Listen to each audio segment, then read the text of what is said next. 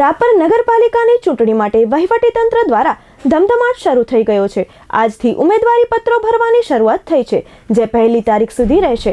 આ અંગે આજે રાપર નગરપાલિકા કચેરી ખાતે અંજાર પ્રાંત અધિકારી એસવી ચૌધરી, મામલતદાર અને મદદનીશ ચૂંટણી અધિકારી એચબી વાઘેલા, નાયબ મામલતદાર શિવાભાઈ રાજપૂત, મહેશ ઠક્કર, કેસી સુથાર, ચીફ ઓફિસર રવાજી જાડેજા તથા કેસી સુથાર, શિરસ્તેદાર પ્રાંત કચેરી અંજાર એસબી ઘાસુરા, નાયબ મામલતદાર કચેરી રાપર વિજય રબારી, રેવન્યુ તલાટી મામલતદાર કચેરી રાપર વીએ ચિભડિયા, કારકુન મામલતદાર કચેરી રાપર એસએન પટેલ, નાયબ મામલતદાર કચેરી પીજે સોનગરા, નાયબ મામલતદાર ઈ ધરા, મામલતદાર કચેરી રાપર જેએચ ચૌધરી, રેવન્યુ તલાટી મામલતદાર કચેરી મેહુલભાઈ દવે, સીઆરસી રાપર બીપી પરાલિયા, નાયબ મામલતદાર કચેરી રાપર એસકે જાદવ, રેવન્યુ તલાટી મામલતદાર કચેરી રાપર કેબી મારવાડા, કારકુન મામલતદાર કચેરી રાપરની ફાળવણી કરવામાં આવી હતી।